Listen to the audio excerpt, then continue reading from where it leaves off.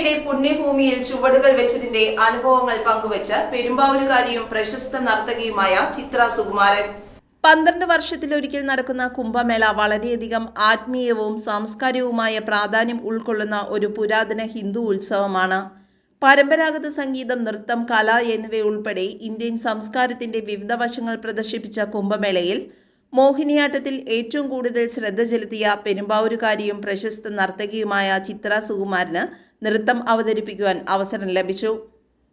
ലോകമെങ്ങും ഉറ്റുനോക്കുന്ന 144 കൊല്ലം കൂടുമ്പോൾ നടക്കുന്ന മഹാകുംഭമേളയുടെ ഭാഗമാവാൻ എനിക്കും ഭാഗ്യമുണ്ടായി.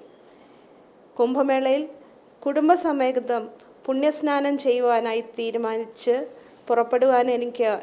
പുറപ്പെടുവാൻ ഒരുങ്ങിയ എനിക്ക് അപ്രതീക്ഷിതമായിട്ടാണ് പ്രഖർജി മഹാരാജ് എന്ന് പറയുന്ന സന്യാസി വരൻ്റെ ഓഫീസിൽ നിന്ന് ഒരു ക്ഷണം കിട്ടുന്നത്. അവിടെ നടക്കുന്ന യൂത്ത് ക്യാമ്പിൽ മോഹിനിയാട്ടം അവതരിപ്പിക്കാനായിട്ട്.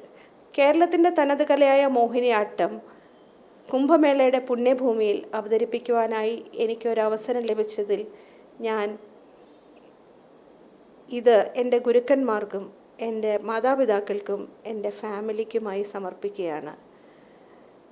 കുംഭഭൂമിയിൽ ഒരു കലാകാരന് അവൻ്റെ കല അവതരിപ്പിക്കാൻ കിട്ടുക എന്ന് പറയുന്നത് ഒരു മഹാഭാഗ്യമായി കരുതുന്നവരാണ് എല്ലാവരും. എനിക്ക് അവിടെ മോഹിനിയാട്ടം അവതരിപ്പിക്കാനായിട്ട് അവസരമുണ്ടാവുകയും കുംഭമേളയിൽ ഇത്രയും ആൾക്കാർ വന്നു പോകുന്ന ഒരു സ്ഥലത്ത് യാതൊരു ബുദ്ധിമുട്ടും കൂടാതെ കുംഭമേളയുടെ നടത്തിപ്പിനെക്കുറിച്ച് കണ്ട് കുംഭമേളയിലെ സന്യാസിവരന്മാരെയും നാഗസന്യാസികളെയും അഘോര ബാബകളെയും കാണുവാനും ഒരു അവസരമുണ്ടായതിൽ ഞാൻ അതിൻ്റെ ഒരു ജന്മപുണ്യമായിട്ട് കരുതുകയാണ്. News desk, Perumbavoor.